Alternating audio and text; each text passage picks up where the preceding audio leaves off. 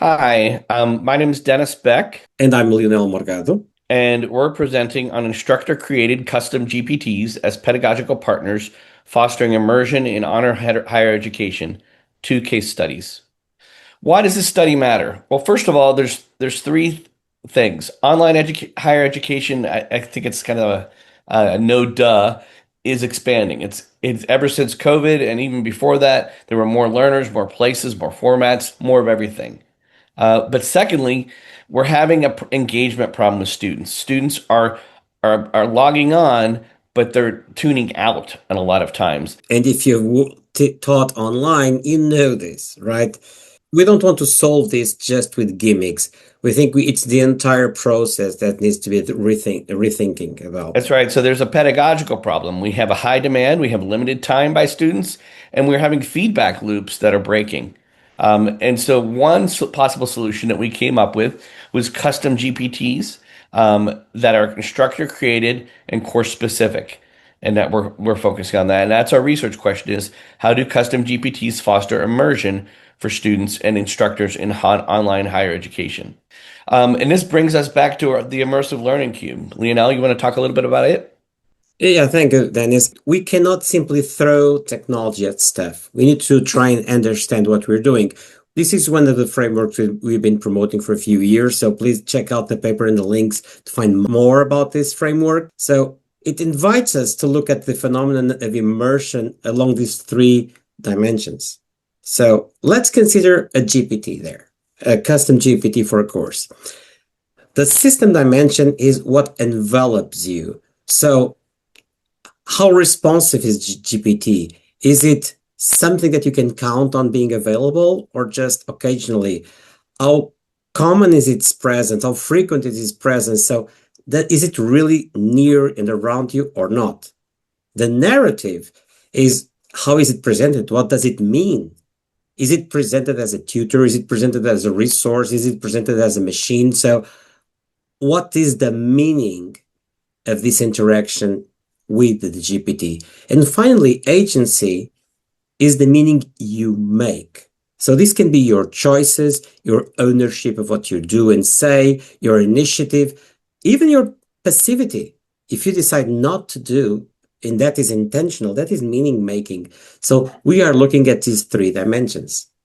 So what we did was we had a two case study approach, and you can see here our methods were practitioner inquiry, course embedded artifacts, and the immersive learning cube guided qualitative content and analysis. And what do I mean by that? Well, practitioner inquiry really focused on there were emails between instructors and students. There was a log of interactions between ChatGPT and students. There were course embedded artifacts like assignments and responses between GPT and the students, as well as discussions about the GP interactions with the GPTs. And then we took a lot of that qualitative data and really did a qualitative content analysis of it using the Immersive Learning Cube as our framework. And we did it in two different courses. One was an accelerated graduate grant writing course at the University of Arkansas, at which I was the instructor. And the second was case two, an undergraduate software engineering course at Universidade Aberta in Portugal, which was Lionel Morgado's was the instructor. The first case was mine, grant writing as a feedback partnership. And really here, what I'm going to do here is just talk about the system, the narrative, and the agency for just a little bit. We had a problem, and that was it took me 2 to 3 days to come up with quality feedback for student grant writing groups, but we only had 5 weeks to complete the whole course in which they wrote an actual grant proposal that they submitted at the end of the course for funding.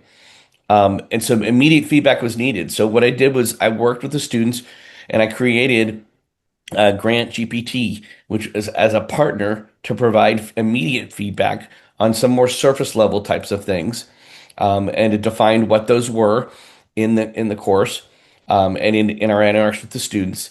And I skimmed through all the feedback at first to make sure that the feedback was accurate. Students then had the opportunity to make those changes while I was working on some of the deeper feedback related to alignment, related to making sure that the different parts of their grants went deep enough and included the right kinds of evidence. So GPT in this case became a feedback partner, and it was linked into that overall narrative, that meaning of it, the context of it as a partner, but also as a feedback partner, but also as a writing partner, going back and forth with the students on drafts, giving ideas. Students were able to push back, and I taught them how to do that, push back against GPT's ideas if they disagreed. And it really became a partner in which students expressed agency, where they negotiated with the AI, with the Grant GPT, with me, as well as peers, and they owned their revisions. You can see here, this is the qualitative analysis evidence. And again, we got this data from a wide variety of sources, including GPT logs, discussions, emails, and so forth. Also, I had an instructor journal as well. So you give me an example for system immersion. One of the course design elements that we really wanted to focus on was that integrating the GPT into the workflow so it had immediate feedback following each submission. Well, what did that do? It led to that continuous indicator of immersion, which is continuous engagement with the course system, that perception of the always on feedback loop. And you can see there, one of the quotes from the students was the GPT kept us working. It was impossible to procrastinate. And I'll give you another example. I'm not going to go over the whole table, but from agency immersion.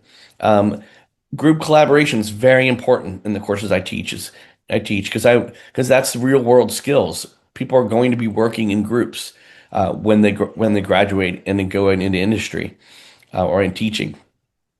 So explicitly framing GPT as a tool and not as an authority, um, here led to increased learner autonomy and confidence in managing multiple feedback sources. Whereas before they were just used to getting feedback from me and applying it. Now they had feedback not just from me, but also from their peers, which they were used to a little bit, but also from the Grant GPT, and they were able to learn the different levels of authority that each had and negotiate those. And you can see the quote there, one evidence of it there. Case two, Lionel. Okay, thank you, Dennis. So in case two, this is an online only university, so all interactions are asynchronous in Moodle. So there are no video conferences, no chatting, it's just posts in forums. Although I do have some Discord servers so people can work on Teams and we can sort of blend in, but it's not really for video conferencing. So asynchronous is the way. And in this course, the GPT is called Catming because it's a cat about programming and quite a flamboyant cat, as you can see there. Catming is presented right at the opening of the course as a metacognitive assistant within this course, and not just any course. The course also presents to students this fictional company called Sim Programming, where they just became interns for the duration of the course. So we've got already, as you can see here, a narrative. The entire course becomes an internship at a fictional company with characters, with co-workers, peers, a CTO, a CEO, and even this artificial metacognitive assistant. This is always available, so students can at any given moment access it, and it's there in the storylines, it's there as a character. And it does not provide orders, it provides advice, counseling. So students do have to debate. They don't get assigned a task as part of these internships. They get challenges that implies deciding on their projects, on what they want to achieve, what are the trade-offs. So there's lots here of agency, of meaning making, of decisions that they must make. So the source of data for this was, since everything is in Moodle, we can extract exactly when students or the instructor mentioned catping. So analyzing that, we've got lots of indications for system immersion. And system immersion, we got catming, as I've said, all over the place.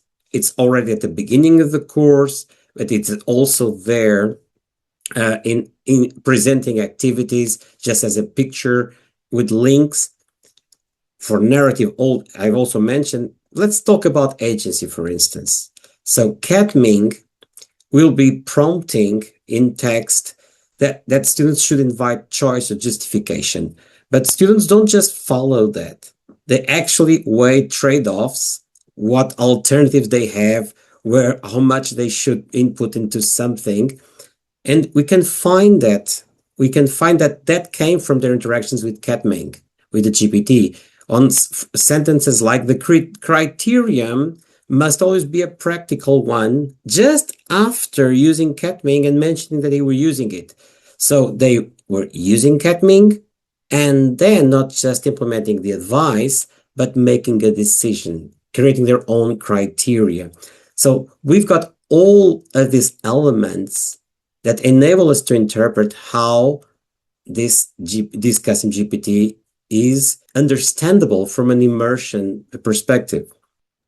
So this next slide really looks at what differs and what converges between the two cases. Because it is a two case, we did for a reason. They're different enough types of courses. One's undergraduate, one's graduate, different topics. And we wanted to show what kind of comes through in both. You can see case one, we had a rapid draft feedback cycle. Case two, we had just-in-time out-of-hours support. Yeah, just to comment on that. So the point here is that in both cases, system prompt us to look at how is the GPT enveloping the student? How is it available? How readily is it available? So different approaches, but getting that notion of envelopment. That's right, exactly. And then for the narrative or the context, the grant writing course, of course, had the authentic proposal storyline, and the software engineering course had that fictional company diegesis. Yeah, so for agency, as you can see, students in one case would negotiate the feedback between themselves and the GPT and the instructor. So there are all these opportunities for meaning making. And in the software engineering case, they don't have a specific technique or way of applying a technique. They must decide how to do it within the allocated time and within their own ambitions. So they have to negotiate the trade-offs between doing it in a way, longer time, more effort or not. So again, we have in both cases plenty of opportunities for agency or meaning making from the participants. Which brings us to some design heuristics that we developed for educators based on both of these cases. And I think the first one here is you might say, well, this makes sense, Dennis and Leonel. Why are you even saying this? But that's part of creating design heuristics. We need to embed GPT diegetically and visibly. In other words, the chat GPT in the grant writing course and for Catming was visible. The students knew where the cat or where the GPT was, and it also knew its role within the learning world. All those were very clear. And just wonder if you think this is trivial. Just imagine how easily this might have not been so. How easily you might have just said, "Hey, there's a GPT for this course. Here you have it." And that's not the point. If you want to use narrative immersion, there's a story that it needs to be part of, even if the story is just a course role, like in your case, Dennis, right? There's a clear role. Now, going for the second heuristic, it's not enough to just show it in the course in a role. When is it going to be and where? So you need to align it. Students need to understand when is it expected to participate in not just in terms of time or schedule, but in which phase, in which situations. So you should interact, you should create sequences for interaction so students know this kind of guideline. Good, good. And then our third design heuristic is to preserve human narrative authority. And what we mean here is you may have heard talked about in a lot of AI ethics work that having human touch points, humans' involvement in every AI interaction. Where here, the educators, Leonel and I, set the arc. Our voice was clear. Our values and our key decisions were not challenged by GPT, but they were enhanced by GPT as the students learned how to negotiate with the GPT as well as with each other. And then our authority was over all of that. Yeah, so one great example, just this can be less abstract. Let's suppose a student makes one of those questions that is basically reinterpreting the syllabus or reinterpreting a goal. You can say, look, you are 200, there's 200 of you. If you wait for me to provide that reply, let's say you're working at night, you'll have to wait until the next day until I can get to your question. You can simply go to Catming, to GPT, ask for the interpretation and discussion about that doubt, and share it with your colleagues immediately and with your own thoughts. And so when you bring it here later, I can clarify, complement, give a personal take. So you can empower students to use it transparently and realize that it's just another part of this relationship. But the freedom, the authority remains within themselves and the instructor. That's right. And that brings us to our last heuristic, and that is a real simple one again, maintain and patch the knowledge base. What do we do as we design? We design iteratively. What does iterative design require? It requires constant updates, constant curating and validating of the information and rewriting of basic instructions for the GPTs.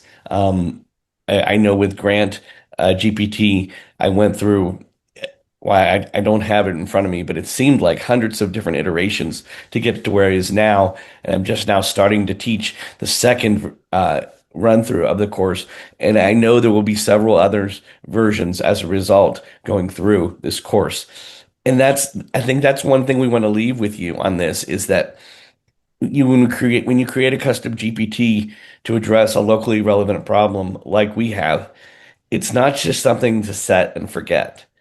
It's something that as it interacts with your students and with yourself, you're going to notice needs for updates and little tweaks and changes here and there. So you need to be very hands-on with it. And don't forget most obvious ones like updating the syllabus means updating the syllabus version in the GPT, okay? Sometimes the smallest things escape you. Very good. Conclusions and next steps. Lino? The first conclusion is that we can amplify human teaching presence by bringing GPTs in our courses rather than diminishing it. We can do it, and they can foster narrative and system and agency immersion, all these dimensions, if we plan for it, if we account for it. So definitely, I think we have shown how to do it. But the next one, we need to see this happening more in more courses. That's correct. And that's correct. I would just say that's multi-course, cross-disciplinary research, validating these design heuristics in multiple platforms, multiple subject areas, because they will change and they'll adapt as we go. So, and just leaving you with that last thought there on the slide, custom GPTs are most powerful when pedagogically embedded. Just like if you've ever in a online course created a discussion area for students that quote unquote hang out, and then you wondered maybe, why aren't students hanging out there? Well, it's because you didn't pedagogically embed that discussion area in a meaningful way in your course. Same for custom GPTs. If you just link to it and say, here's your custom GPT for the course, it's doubtful that that GPT will be used much, or if it is, probably not in the ways that you would expect or want. So plan your use for the GPT and pedagogically embed it. Yes, and if you're going to Greece later, Efkaristo. That's right.